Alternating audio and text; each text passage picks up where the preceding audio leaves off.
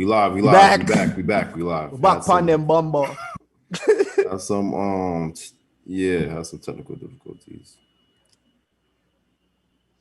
Hashtag That's facts. fire the done. Now I'm playing. Nigga said fire the done. We live though because it's still we live. You sure? Live?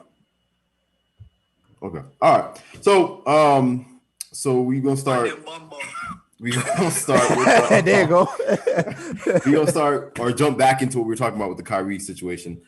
So which no one heard anything that me and Clown were saying about that because our audio was completely muted. So all you heard was what Don was saying to himself. So anyway, what was going on with the Kyrie thing in Boston? We're not going to start from the beginning, but what we were basically talking about was how he just quote unquote disrespected the logo or the franchise by how he stomped on it before he walked off the court.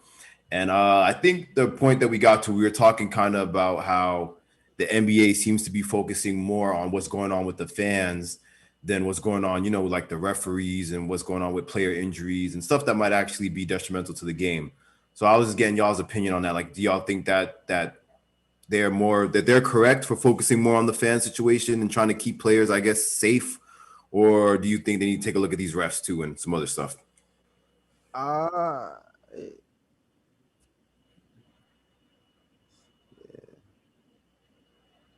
Right. Right.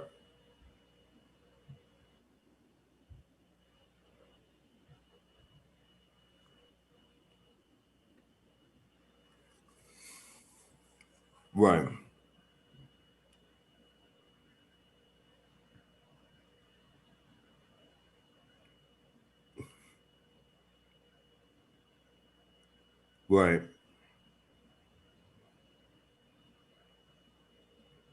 True.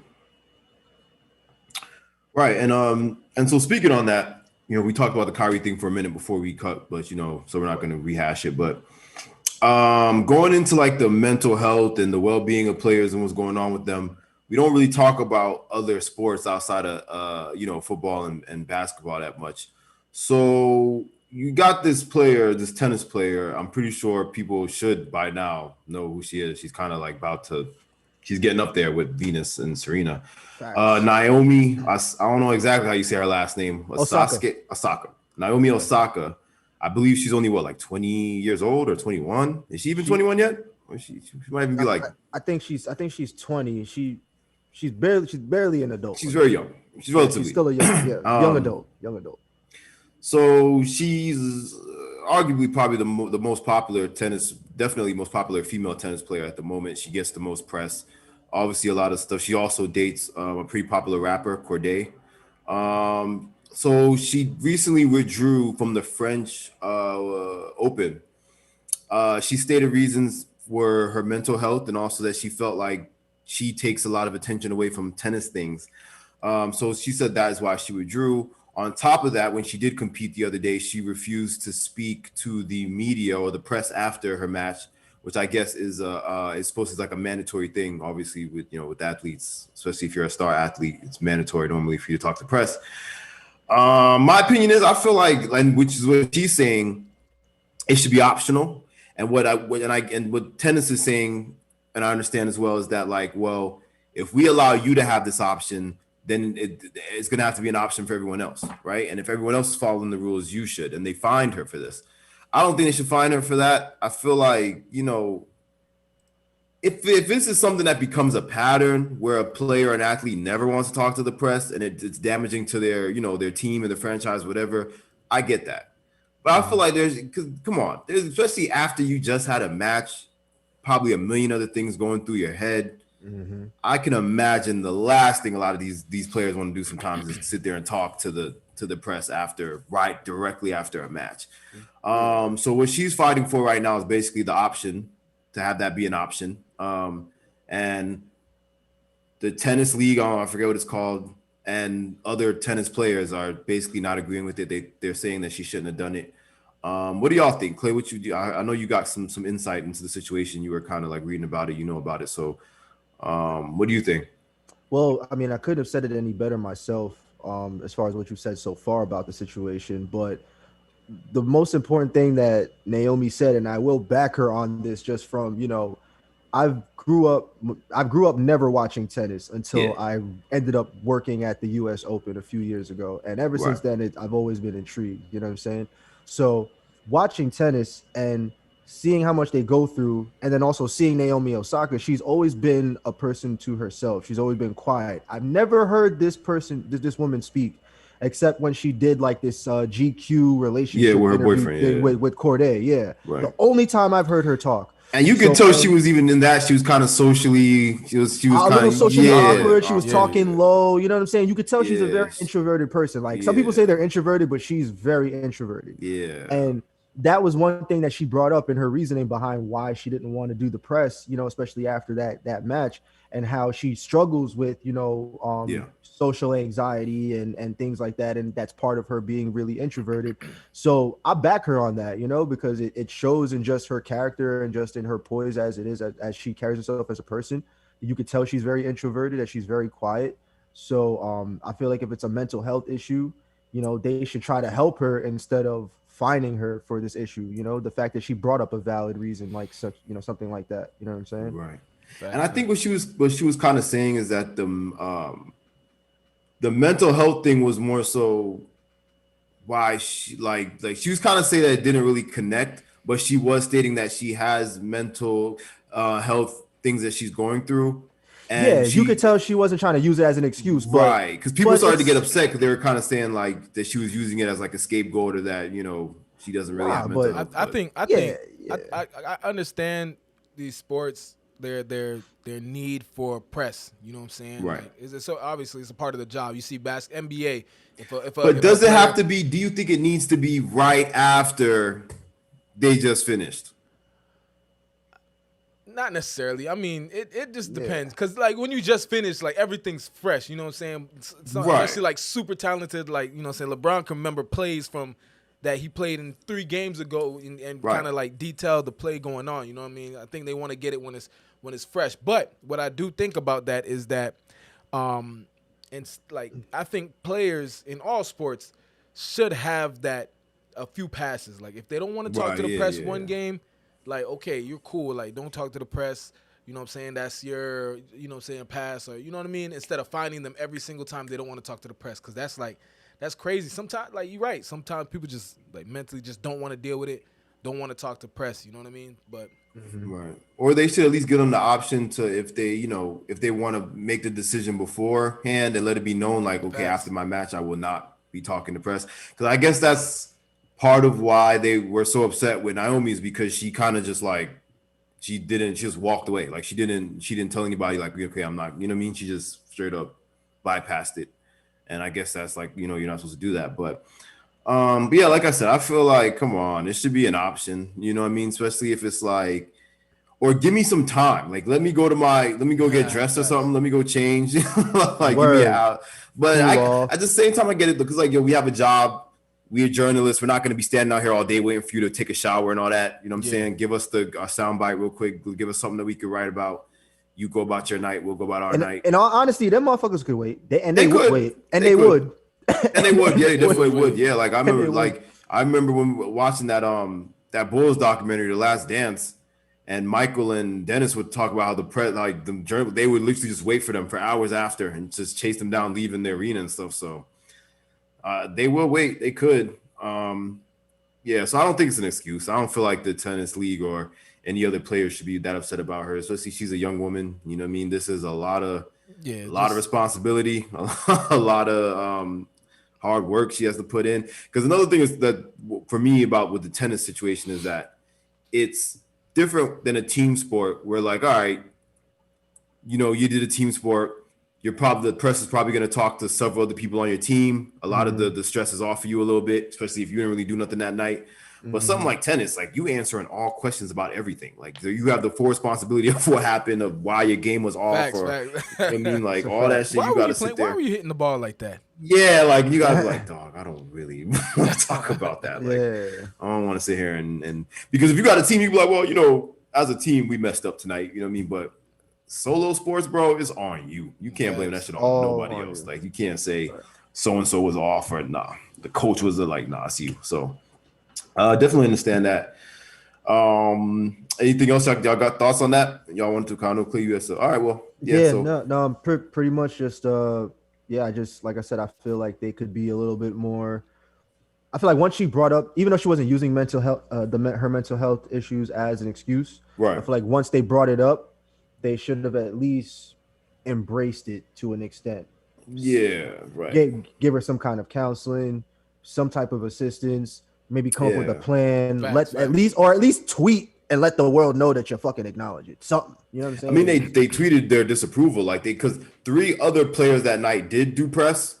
And they tweeted pictures of them 3 and were like, "Oh, they got the message" or something like that, or they understood But then they like when people started getting mad at them, they went and deleted it. Like they deleted the. See, and that's a slippery slope because now you might have the whole mental health community come bashing at you now. I'm saying that's why they deleted it because if this girl is saying that her reasons is because that she got what up B, if they're saying that it's because she has mental health problems, y'all can't go against that because we don't know what people are going through. You know what I'm saying? Like, it's a fact. You don't know. So, but yeah, that's it for the sports. Let's get into this this rapper stuff. Like as usual, some crazy stuff going on with the rappers. A lot of people, man. A lot of people today, man. Yeah. So first we're gonna talk about this Pooh Shiesty situation. I'm not that Shiesty, that my dog, but Pooh, I'm really Shiesty. I don't know that much about this. All I saw is that Pooh Shiesty allegedly got robbed. He denies it. He said back on stage. I don't know. I'm just checking. I see the video. He got robbed on stage. My son had a whole stack and nigga snatched out his hand. Oh yeah, that was pretty stupid. If that was the situation. He denies that he got robbed, or I think he technically said that no. He said no one ever took nothing from Pooh. Yeah. He said no. These niggas really want to hold that, like, keep that gangster image, man. Yeah, and they try so hard. Nobody ever take nothing from me. Because technically, you could say that even like if somebody robbed me. Technically, I gave it to them, right? Like if niggas hold you at gunpoint and they're like, "Give me your shit," you can be like, "I gave it to that nigga." You know what I'm saying? I gave it to him. He ain't robbed me. Take it. You know, bro, listen, that's what it said. If anybody no one ever took nothing from Pooh. If anybody knows anybody anybody in the streets, they'll know that like a real street nigga got robbed plenty of times, bro. Yeah, like, yeah. Shit happens. So like him saying that, it don't even like. It don't add up, you know what I mean? But like you said, the tough guy gangster image, you gotta kind of portray this thing of like, yeah, niggas ain't gonna rob me. Yeah. Just like so much rappers literally will be videos of them getting they chain snatched and they be like, nigga, ain't nobody took my chain. Like no chain around their neck. Like where the chain at, bro? Chain gone. Oh, I got a new piece. You know what I'm saying? I got a new piece. So they definitely be capping. So I feel like what did you said they took money, like straight up bands out his hand, like. The video that I saw, yeah, man, they snatched the band. First, he had the bands just like sticking out his front pocket, dumbass. Then my man's took it out his pocket, threw the ski mask down, and was like, and then you just saw somebody hand go whip, just yank that bitch. As expected, I feel like that that makes sense. For real, as expected, you're right, bro. But but I did see another video of him walking out the club and he had a strap in his hand like a gun. Like, and he was walking out. I think maybe that was afterwards. Maybe like he was trying. Well, that's supposed to be related to the situation, like to the robbery. I have no idea. Got you. Well, I don't really know nothing else about it because I didn't look that much up. But all I saw was his tweet, him saying that no one ever took them from him. So we're gonna keep checking on that. Next, I'm gonna talk about, real quick. Did y'all get to hear that new the Dirk and Baby? It's out. They dropped the album. They dropped like the song, the first single off of it, which I think is called The Voice or somewhere. The Hero and the Voice. I think I might have heard it, but I don't know. Dirk, is this something you're looking forward to or not? Keep it. Nah, I can hold that. Man. Really? You're not a fan of either one, really? Or I'm not a fan of Dirk. I was a fan of Baby when he first came out. I feel like Lil Baby, like I don't know, his sound kind of getting played out to me. I feel like he's not really elevating. He's just kind of saying the same shit nowadays. Right. And Dirk is a vibe, but not the biggest Dirk fan. I'm not gonna say like, oh, I put Lil Dirk over such and such, but I'll listen to Dirk here and there. But a Dirk and Baby collab, I ain't looking for it.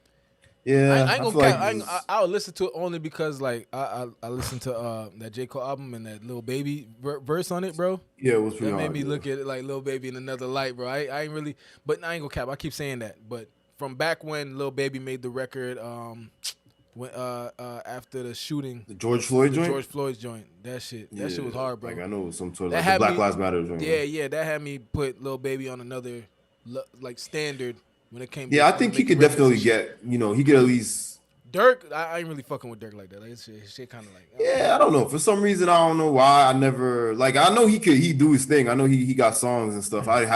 There's songs on my playlist from him that I like, but I never was like a fan of him like that. You know obviously, other people feeling the same way because like his album ain't really even do that good. Yeah, I feel like he don't really, you know what I mean? Like I never. Yeah, he ever since he changed up his sound, you could tell like his whole lane switched. Like he kind of make like the More song singing. like if the streets was to cry type shit. Like he makes the music, you know what I'm saying, that cry for the streets, and that's why they call him the voice of the streets. You know what I'm saying? And then he also got his little vibes with the ladies and shit, you know. Right. Yeah, I think with him is definitely like he leaned into his, you know, what people like his persona that he made, which like you said is like the voice of the streets. So that's why he kind of more so feels like he's singing for the streets. Yeah, and then he's singing for the women too. How y'all feel about that? Like, you know, I love people talking about these like, you know, them gangster singers like Rod Wave, Roddy Ricch even, and Lil Durk. How y'all feel about them? Is that like y'all? That's what I'm saying. Dirk putting himself in that lane, in that category. He's going against like Rod Wave. Rod Wave is nice. Like he's nice with it, bro. I fuck with Rod Wave. And that new nigga now. And then what'd you say? Roddy Ricch is straight. He's straight. But the new nigga, I know you talking about the track star dude. Trackstar? The nigga he on J. Cole's album, Murray. I think he from North Carolina too, I believe. He's on the song with 21 Savage. His name he does the same thing. Like he kind of chunky. He's fat. His name's Murray. Murray, I think. So it seems like that's definitely a lane right now. Like niggas is really trying to pull up in that street. I call it like street opera to me. It's like what it sounds like. Like niggas like, you know, they sing, like you said, they singing for the streets, like, you know. Mm-hmm. So same time though, you know, a lot of these niggas, I feel like, I don't know, nigga like me, like I can kind of see through some of that shit. And not every one of those artists that y'all name, but some of them, like you hear records from them because they go from sounding like so gangster to like having a song that's like so well put together and talking about like a female or something, for example. And it's just, you know, you could tell some of these niggas just fall into the right situation, and that's, you know, what they sound, and that they probably got niggas writing for them on the low. I don't know. That's just my opinion, though. Oh no, trust me, I'm sure there's a lot of niggas that don't. Especially you talking about completely with a pen and paper, writing your own lyrics. I'm sure not. Some of these guys get to a level. I usually put it like my bad. Go ahead. No, go ahead. What you saying? I said I usually put it to so you get signed by a label. You know what I'm saying? And they putting all this money behind you. They not gonna trust you with your own records. Like, bro, I got $1 million on you. People do not think about that. Yeah, especially when it comes to rappers. People don't be thinking about that. They don't be thinking about it. And artists in general with labels, right, yeah. But you see, when it's like a pop star like Taylor Swift or something, I feel like people they're more so willing to.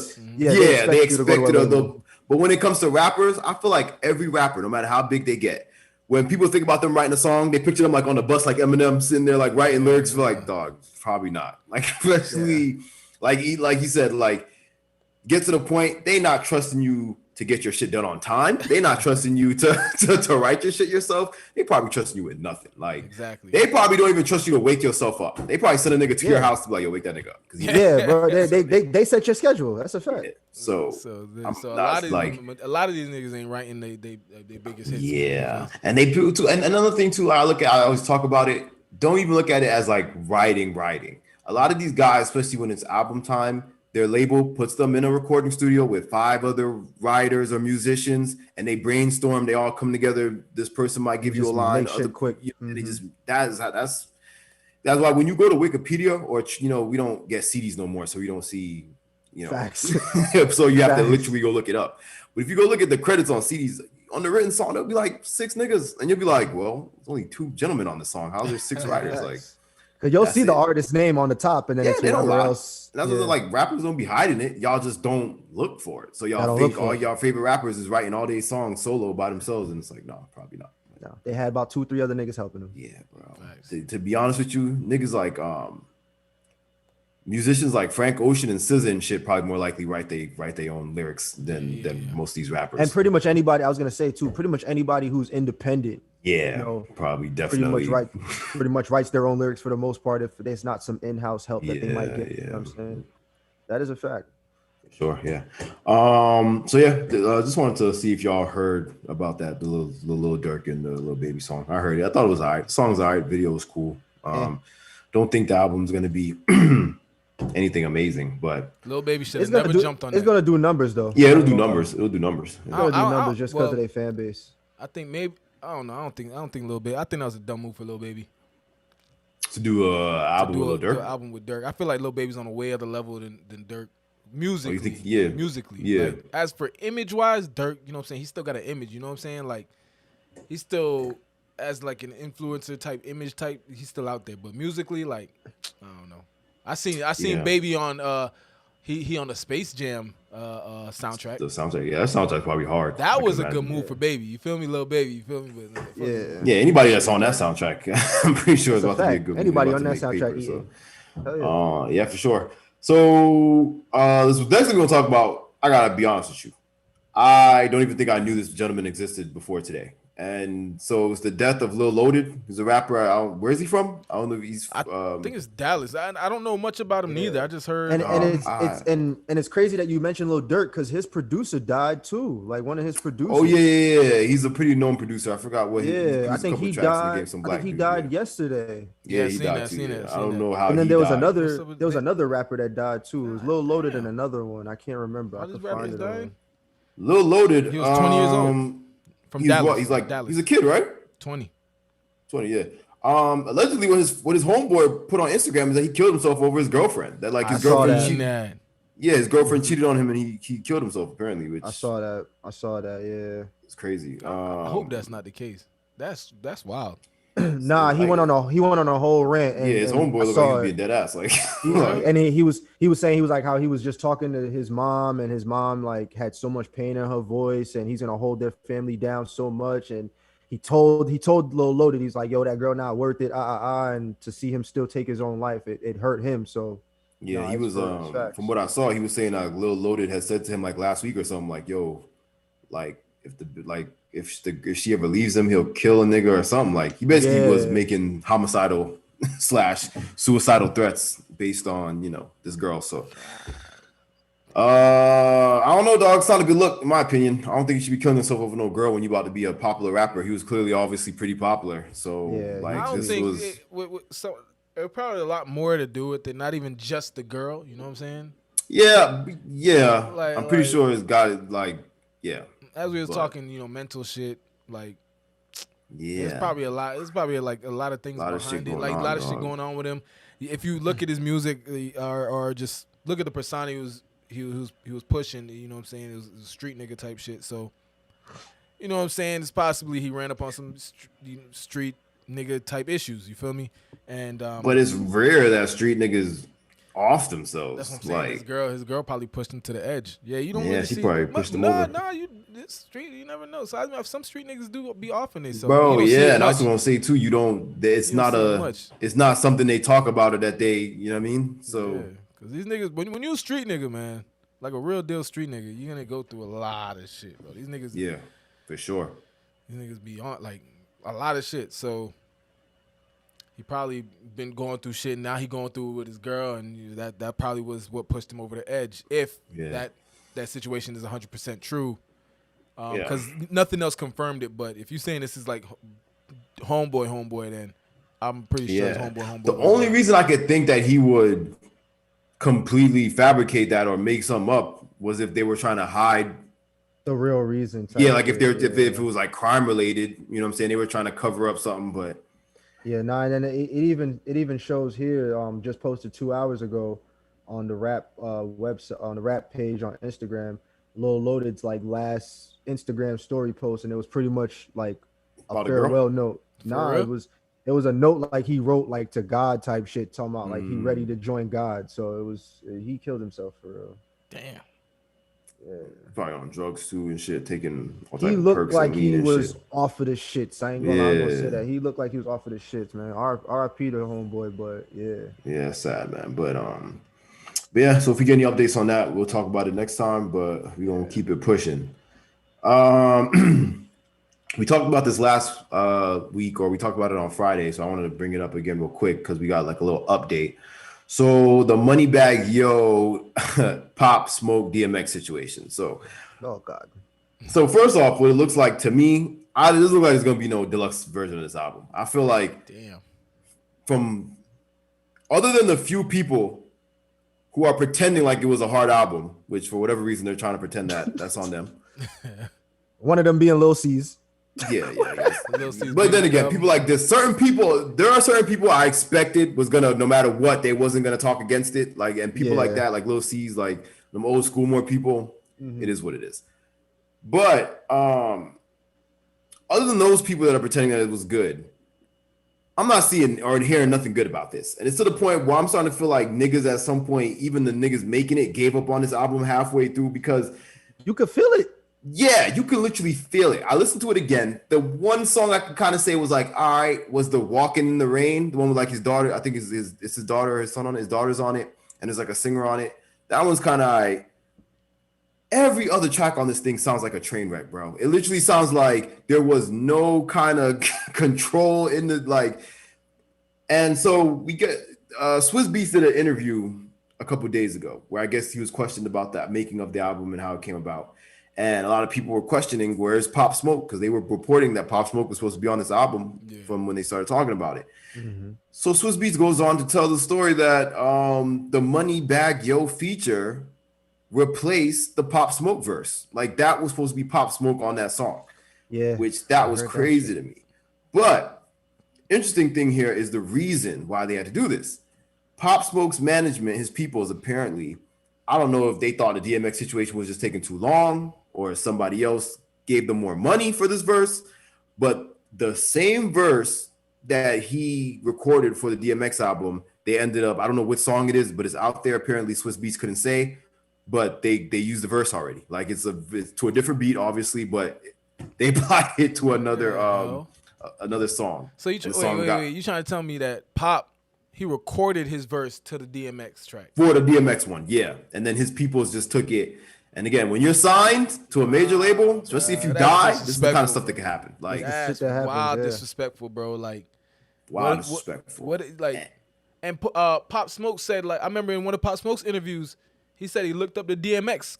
Coming up. Yeah, trust me. I'm pretty sure he would have much preferred this verse be used for the DMX album than whatever. Than anything else. That's whatever it got used for. I'm trying to think. I don't think it was anything on his album, because Swizz said it's like a feature on a song that's out, and so I don't know which one it is, but who knows? Because there's a few of them that haven't even been released yet. Yeah, that's ridiculous. Well, no, but this is a song that Swizz says it's out. Like, that's why. Oh, he said it's a song that's out. Yeah, because basically what Swizz was saying is that if we had the opportunity to use it first, we would have used it first. You know what I'm saying? But Swizz basically said they beat us to it and they used it for another song. So, and he said specifically that DMX would not have wanted a used Pop Smoke verse on there. So he said that's why. And when they asked him why specifically Moneybagg Yo, his explanation was basically, he was like, well, we wanted somebody that connects with the kids, like the younger crowd right now. Like, he claims DMX specifically before he died asked for someone. He wanted someone on the album that, if not Pop Smoke, someone that connected.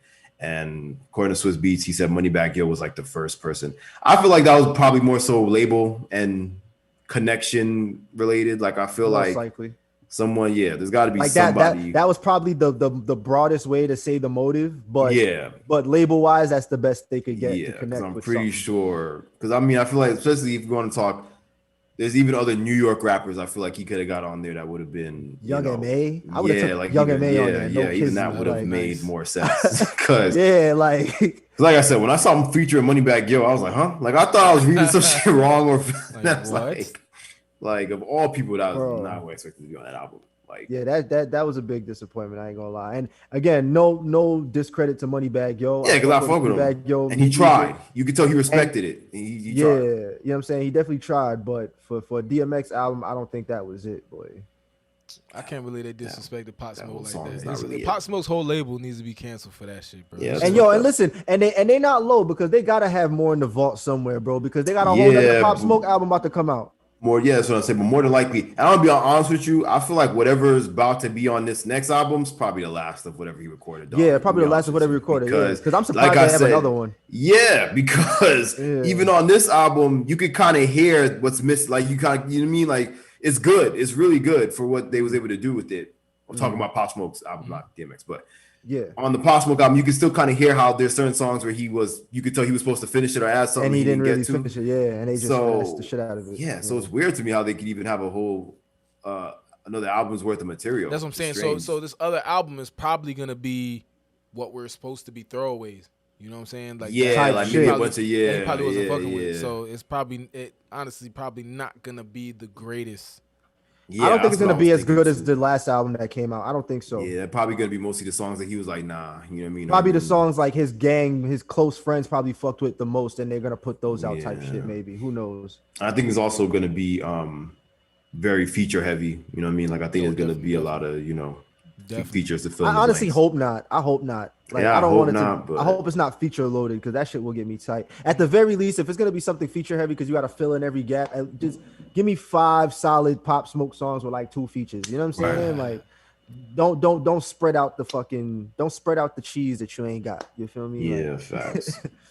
make with the ingredients that you got. Yeah. But yeah, so that situation I just thought was interesting because I always assumed that, I knew obviously your label can do whatever they want. Whoever owns your music can do whatever they want with it. They could use it in movies or TV shows, whatever.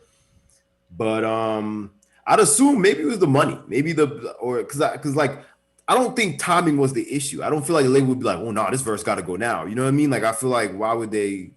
Because if it's the money, then the labels are being super greedy. Because what I found out probably like a couple years back is that these labels put when they sign these artists, they put life insurance on them. Oh, so, yeah. So if the artists, especially if they like gangster rappers, you know what I'm saying, or they make gangster music, they put a life insurance on it, so they winning. If that artist dies, you know how much money they invested in the Pop Smoke before he got shot and died? Saying. Like so that's your money down the toilet, bro. They probably recouped all of that. So now they just by now, hell yeah. Probably. Yeah, they probably recouped that with the life insurance, and then you know what I'm saying, probably milking whatever they can out of him, which is fucked up.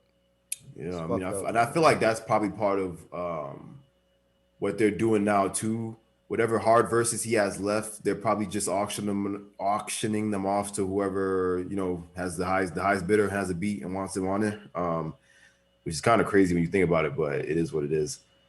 But again, I can't imagine he has that much more vocals. That's what I'm saying. I can't imagine. So maybe they're probably being very like picky and like, you know what I mean? Yeah, exactly. Like I said, it's gonna be a bunch of throwaways. I can already tell. Yeah, man. Definitely. These labels, and then you see when you got artists that stay in the studio, like I'd assume Lil Durk, Lil Baby, Da Baby, Young Thug, Future. You don't gotta worry about that, cause them niggas. Cause I just like, God forbid Future drop dead today, we probably got about 6 albums worth of shit, in a year, and some throwaways, because just like him and Young Thug, I could only imagine how much songs them niggas have that niggas ain't heard yet. So So these labels that have rappers that are more so like Pop Smoke, that are at the beginning of their career, but Target, they probably be like, the insurance got to be high on them, boy, because you never know. Any day, probably got $1 million or $2 million insurance. Yeah, boy, because you never know. That is true, but ain't nobody seen that shit coming though. That shit was still crazy. Yeah, niggas don't see it coming, but you know how these, especially these white labels, but they probably assume all these niggas like, And once you start talking about guns, they like life insurance. Every gangster rapper, they gonna put that insurance on. They gonna put insurance on that nigga. So you gripping the what? Yeah. Oh, you gripping? Huh? Right around with what? Okay. All right. So the what? Life insurance. Yeah, boy. Like, yeah. So that's all we gonna step out of the entertainment news. That's all we got for now on that. Real quick before we close things out, we gonna talk about what's going on in the big boy news. First thing, this shooting happened recently in Miami. I believe this was what? Was this today or was it yesterday? I think it was yesterday, last night. Yesterday. And this isn't related at all to the shooting that happened, I think, about a month ago at the Aventura Mall, was it? It's some whole new shit, man. Apparently, niggas just jumped out the van and started. Yeah, boys just letting it loose in Miami. It's outside of a Miami venue, but this was a club, right?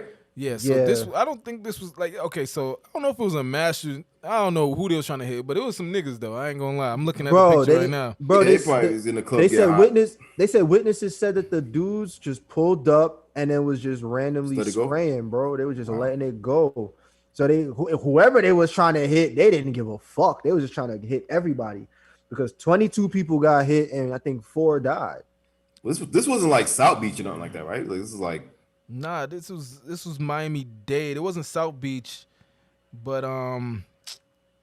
they call it domestic terrorism. Yeah, I mean technically that's some wild. How you just pull up to a club and so just they're willing to call spraying, this bro. domestic terrorism and all these other things that right? These terrorists on the loose. make no sense to me.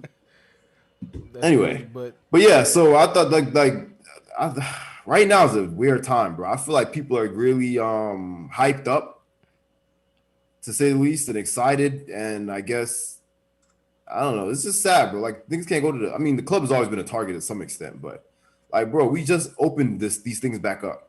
Dead ass.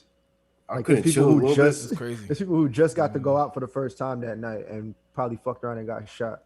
Ooh, that would suck, bro. So they didn't do this inside the club. It was like outside the line type shit, or bro. I'm looking at the truck picture. pulled up, 2 niggas hopped out with automatics. Yeah, and I didn't have spraying, this picture, bro. I didn't have this picture on there, but I'm pulling it right there. So I wonder who's the target, bro. Boys hopped out with some assault rifles, bro.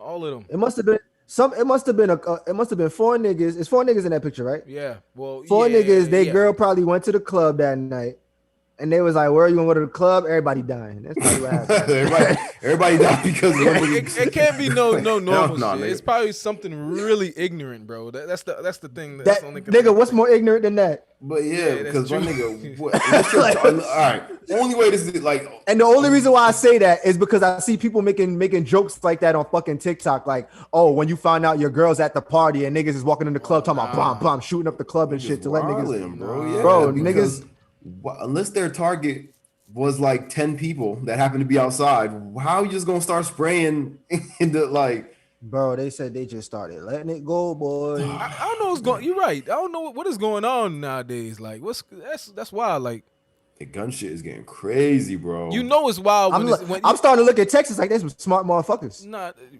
Yeah, facts. But you know it's starting to get crazy when you start hearing these stories, and now it's black people doing it. Like, yeah, because that's what I was gonna say. Usually really when it's like gangster niggas like that, they usually move smarter. They usually wouldn't just do some shit like that. Like, they had a motive.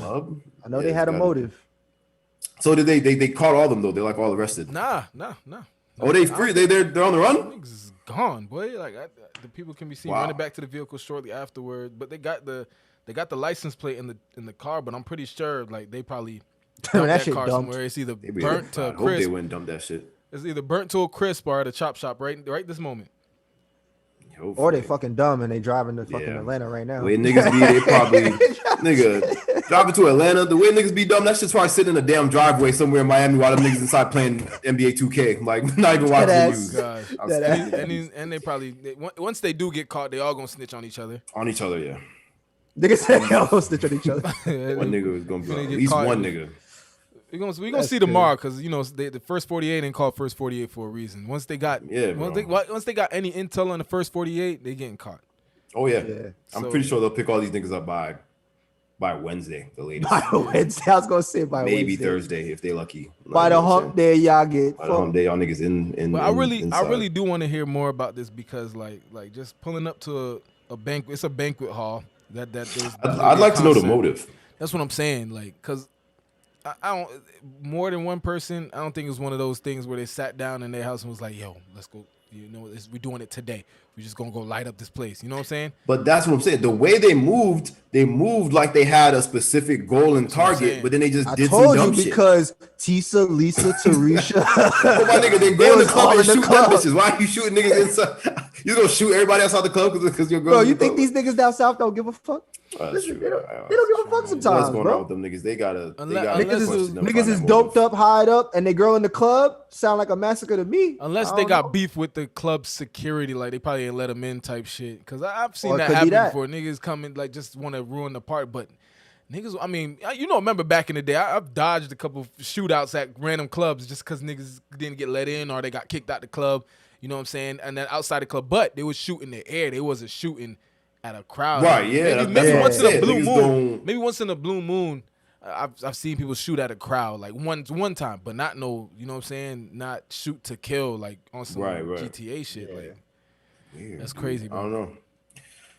I don't know, man. That's really strange. I really am interested in hearing that motive because that's just I've never heard of no situation like that where niggas just pull up and spray outside the club. It's like type of that is different. They ain't beefing with no gang or nothing. Nobody. Like, I don't know. Weird. But yeah, bro. So today, I believe this is the last thing that we're going to close out with because we don't got that much time. But today was the anniversary, I believe it was today, of the Tulsa massacre. I don't know if you guys, I'm sure by now, before this was kind of a thing a lot of people didn't know about, but a lot of people know about it now. The Tulsa bombing and all that. So just wanted to go over that real quick. I don't think, like I said, something a lot of more people are starting to know about it because you're seeing a lot of documentaries about it. TV shows are doing episodes about it and stuff like that. I really don't know much about it. That's crazy. Well, that's the crazy thing as well. I was going to bring it up because it's one of those things where I feel like America feels so responsible for it for no reason that's why they don't even teach it. Like, because I don't remember reading about this in no textbooks. Nope, never did. And then you talking about in Tulsa, Black Wall Street, right? Right, yeah, Black Wall Street. That's what I'm talking about. Yeah, bro. Yeah, I didn't learn about this until like probably 3 years ago. They didn't even teach me this shit in college, nigga. Oh yeah, boom. Like I literally trying to write it off this maybe 2-3 years ago. Bro, they did not. So I need like a brief description of what happened because I still don't even basically know about they're in Tulsa, Oklahoma. I don't remember. This was like what? Probably the hold up.